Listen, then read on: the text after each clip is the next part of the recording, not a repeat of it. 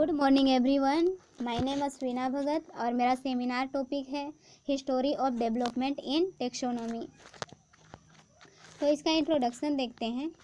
Taxonomy वर्गीकी अथवा वर्गीकरणी वनस्पति विज्ञान के अंतर्गत पृथ्वी पर पाए जाने वाले पौधे की पहचान तथा पारस्परिक समानताओं के आधार पर उनका क्लासिफिकेशन किया जाता है। टेक्सोनोमी शब्द ग्रीक भाषा के दो शब्दों से मिलकर बना है। पहला है टैक्सोन और दूसरा है नोमोस। इन दोनों शब्दों से मिलकर टेक्सोनोमी शब्द का निर्माण हुआ है। पौधे की वर्गीकी को प्लांट टेक्सोनोमी कहा जाता है। टेक्सोनोमी वनस्पति विज्ञान की वह शाखा है जिसके अंतर्गत पौधों को पहचाना जाता है। प्राचीन काल में मानव द्वारा पौधों का वर्गीकरण उनकी उपयोगिता के आधार पर, जैसे लकड़ी, खाद्य, औषधि के आधार पर किया गया, परंतु वनस्पति ज्ञान में वृद्धि के साथ पौधों का वर्गीकरण उनके आकृतिक लक्षणों जैसे प्रकृति, शाख, वृक्ष, बीजपत्रों की संख्या जैसे एक बीजपत्री, द्विबीजपत्री, पुष्प संरचना जैसे पॉलीपेटेली व गैबोपेटेली आदि के आधार पर किया जाने लगा। अब इसका डेफिनेशन देखते हैं। प्लांट टेक्सोनोमी का अर्थ किसी एक जाति ज्ञात को क्रमों और गुणों के आधार पर पादप जगत में एक निश्चित स्थान पर रखा जाता है। पौधों की वर्गीकी को प्लांट टेक्सोनोमी कहा जाता है। अब देखते हैं हिस्टोरी ऑफ टेक्सोनोमी। टेक्सोनोमी के इतिहास का प्रारंभ थियोफ्रास्टस को माना जाता है। इन्होंने अपनी पुस्तक हिस्टोरिया प्लांटेरम में लगभग 500 पौधों का विवरण प्रस्तुत किया। ये पहले व्यक्ति थे जिन्होंने पौधों को उनके साइज के आधार पर विभेदित किया तथा वृक्ष, छोप, अर्धछोप तथा शाख में श्रेणीबद्ध किया एवं इन शब्दों का प्रतिपादन किया। अपने इस महत्वपूर्ण एवं महान कार्य के लिए थियोफ्रास्टस को वनस्पति विज्ञान का जनक अर्थात फादर ऑफ बॉटनी कहा जाता है। सिस्टम अब देखेंगे इसका सिस्टम्स ऑफ क्लासिफिकेशन। अनेक महान दार्शनिकों एवं वनस्पतिज्ञों द्वारा समय समय पर वर्गीकरण की अनेक पद्धतियां प्रस्तुत की गई हैं। इन पद्धतियों को निम्नलिखित 3 श्रेणियों में विभक्त किया गया है। पहला है आर्टिफिशियल सिस्टम, दूसरा है नेचुरल सिस्टम, तीसरा है फाइलोजेनेटिक सिस्टम। तो पहला देखेंगे आर्टिफिशियल सिस्टम अर्थात कृत्रिम पद्धति। यह एक स्वेच्छा पद्धति है जिसमें पौधा का वर्गीकरण केवल कुछ ही लक्षणों के आधार पर किया गया है। अतः इसमें पौधे के जातिवृत्तीय आनुवांशिक लक्षणों के विषय में कोई जानकारी प्राप्त नहीं है। यह पद्धतियां लगभग 300 BC से लेकर लगभग 1830 तक प्रचलित रही। थियोफ्रास्टस को टेक्सोनोमी के इतिहास का प्रारंभ माना जाता है। इन्होंने अपनी पुस्तक हिस्टोरिया प्लांटेरम में लगभग 500 पौधों का विवरण किया। ये पहले व्यक्ति थे जिन्होंने पौधों को उसके साइज के आधार पर विभेदित किया तथा वृक्ष, छोप, अर्धछोप तथा शाख में श्रेणीबद्ध किया। इन शब्दों का प्रतिपादन किया एवं इस महत्वपूर्ण कार्य के लिए थियोफ्रास्टस को वनस्पति विज्ञान का जनक या फादर ऑफ बॉटनी कहा जाता है। इनकी हिस्टोरिया प्लांटेरम पुस्तक में दिए गए नाम अत्यधिक प्रचलित हुए तथा आधुनिक वर्गीकरण में इन्हें जेनेटिक नेम के रूप में प्रयोग किया जाता है। अब इसके गुण और दोष देखते हैं। कृत्रिम पद्धति में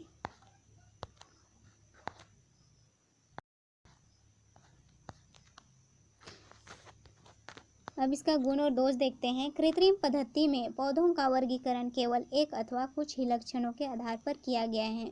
अतः पौधे की पहचान एक लक्षण के आधार पर की जा सकती है। यह इस पद्धति का एकमात्र गुण है और इस पद्धति में एक बीजपत्री पौधों के अलग अलग समूह नहीं हैं। इस कारण से एक ही लक्षण के आधार पर पौधों का वर्गीकरण करने से एक बीजपत्री व द्विबीजपत्री के कुल आपस में मिल गए हैं। अब दूसरा देखेंगे नेचुरल सिस्टम अर्थात प्राकृतिक पद्धतियाँ। इन पद्धतियों में पौधे सभी महत्वपूर्ण लक्षणों को उनके वर्गीकरण में प्रयोग किया है और ये सिस्टम पौधों को पारस्परिक संबंधों पर आधारित हैं, परंतु ये जातिवृत्तीय नहीं हैं। पौधे की प्राकृतिक संरचना, प्राकृतिक लक्षण रचनात्मक समानताओं एवं प्राकृतिक बंधुता पर आधारित वर्गीकरण प्राकृतिक पद्धतियाँ या फिर नेचुरल सिस्टम्स कहलाती हैं। इस वर्गीकरण में पौधों को उनके लक्षणों की जटिलता के क्रम में वर्गीकृत किया जाता है। इसका एग्जाम्पल है बेंथम एवं हुकर का वर्गीकरण। बेंथम 1800 से 1884 तक एवं हुकर 1817 से 1911 तक क्यू बोटेनिकल गार्डन से संबंधित वर्गीकरण शास्त्री थे। इन्होंने संयुक्त रूप से अपना वर्गीकरण 3 खंडों वाली पुस्तक जेनेरा प्लांटेरम में प्रस्तुत किया। इन्होंने डी कैंडोले की वर्गीकरण पद्धति को आधार मानते हुए अपनी वर्गीकरण प्रस्तुत किया। अपनी पुस्तक में 202 कुलों का वर्णन किया। बेंथम एवं हुकर ने समस्त पुष्पीय पौधों अथवा बीज धारण वाले पौधों को निम्नलिखित 3 समूहों में विभक्त किया या वर्गीकृत किया। पहला है द्विबीजपत्री, दूसरा है अनावृत बीजी, तीसरा है एक बीजपत्री। इन्होंने अनावृत बीजी पौधों को द्विबीजपत्री एवं एक बीजपत्री पौधों के मध्य रखा। इन्होंने ऑर्डर रैनेलिस को आद्य मानते हुए रैननकुलेसी को सबसे पहले तथा ग्रामिनी कुल को सर्वाधिक विकसित मानते हुए सबके अंत में रखा। इसके वर्गीकरण की रूपरेखा इस प्रकार है। सीड प्लांट फेनेरोगैमस, जिसके 3 ग्रुप हैं। पहला है डाइकोटिलिडनी, दूसरा है जिम्नोस्पर्मी, तीसरा है मोनोकोटिलिडनी। डाइकोटिलिडनी जिसके 3 क्लास हैं, जिसमें 14 सीरीज हैं और 25 ऑर्डर्स हैं। जिम्नोस्पर्म जिसमें 3 ऑर्डर्स हैं और 44 जेनेरा हैं और 415 स्पीसीज हैं। मोनोकोटिलिडनी जिसमें 7 सीरीज हैं और 34 फैमिलीज हैं और 1495 जेनेरा हैं और 18,516 स्पीसीज हैं। तो यहाँ पे ग्रुप 1 डाइकोटिलिडनी जिसमें कि 3 क्लास हैं, तो इस 3 क्लास को हम देखेंगे। तो इसमें पहला क्लास है पोलीपेटली और दूसरा क्लास है गैमोपेटली और तीसरा क्लास है मोनोक्लेमाइडी। तो पोलीपेटली जिसमें कि 3 सीरीज हैं। पहला है थैलेमीफ्लोरी, दूसरा है डिस्कीफ्लोरी, तीसरा है कैलिसीफ्लोरी, जिसमें कि 15 ऑर्डर्स हैं, 82 फैमिलीज हैं और 2610 जेनस हैं और 31,874 स्पीसीज हैं। दूसरा है गैमोपेटली जिसमें कि 3 सीरीज हैं। पहला है इनफेरी, दूसरा है हेटेरोमेरी, तीसरा है बाइकार्पेलिटी, जिसमें 10 ऑर्डर्स हैं, 45 फैमिलीज हैं और 2619 जेनस हैं और 34,556 स्पीसीज हैं। और क्लास 3 मोनोक्लेमाइडी जिसमें कि 8 सीरीज हैं। तो पहला है कर्वेम्ब्राई, दूसरा है मल्टी ओव्यूलेटी एक्वेटिशी, तीसरा है मल्टी ओव्यूलेटी टेरेस्ट्रिस, चौथा है माइक्रो एम्ब्राई, पांचवा है डेफनेल्स, छठवां है एक्लेमाइडोस्पोरी, सातवां है यूनिसेक्चुअल्स और आठवां है आर्किडेस एनामेलिस, जिसके 36 फैमिलीज हैं, 801 जेनस हैं, 11,784 स्पीसीज हैं। अब यहाँ पे जिम्नोस्पर्मी जिसके कि 3 ऑर्डर्स हैं, तो इसके 3 ऑर्डर्स देखते हैं, जिसमें पहला है जेनेटेल्स, दूसरा है साइकाडेल्स, तीसरा है कोनिफेरल्स। अब तीसरा मोनोकोटिलिडनी, जिसके कि 7 सीरीज हैं। तो इसके 7 सीरीज को देखते हैं, जिसमें पहला है एपिगाइनी, दूसरा है कोरोनरी, पहला है माइक्रोस्पर्मी और दूसरा है एपिगाइनी, तीसरा है कोरोनरी, चौथा है कैलिसिनी, पांचवा है न्यूडीफ्लोरी, छठवां है एपोकार्पी, सातवां है ग्लूमेशी। तो इस प्रकार से बेंथम एवं हुकर ने नेचुरल सिस्टम को समझाया है। इसके गुण को देखते हैं।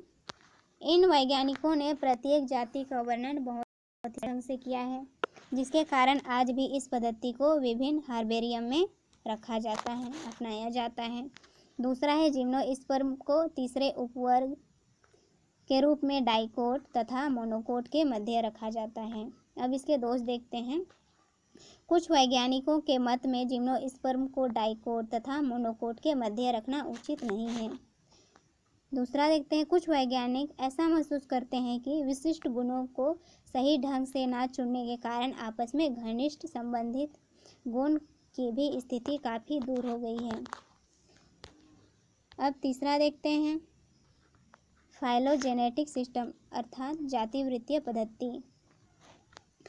इस वर्गीकरण की वह पद्धति जिसमें पौधों को वर्गीकरण उनकी उत्पत्ति, विकासात्मक इतिहास एवं आनुवंशिक अंतर संबंधों के आधार पर किया गया है, फाइलोजेनेटिक सिस्टम कहते हैं।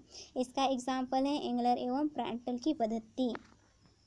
इसमें देखेंगे एंगलर एवं प्रांटल का वर्गीकरण निम्नलिखित सिद्धांतों पर आधारित है। पहला है एक लिंगी पुष्प द्विलिंगी पुष्प के अपेक्षा आद्य होते हैं। दूसरा है नग्न पुष्प परिदल पुंज युक्त पुष्पों की अपेक्षा आद्य होते हैं। तो यहाँ पे एंगलर एवं प्रांटल ने अपने वर्गीकरण में एक बीजपत्री पौधों को प्रारंभ में रखा, इसके पश्चात द्विबीजपत्री पौधों को तथा जिम्नोस्पर्म को सबसे अंत में रखा है।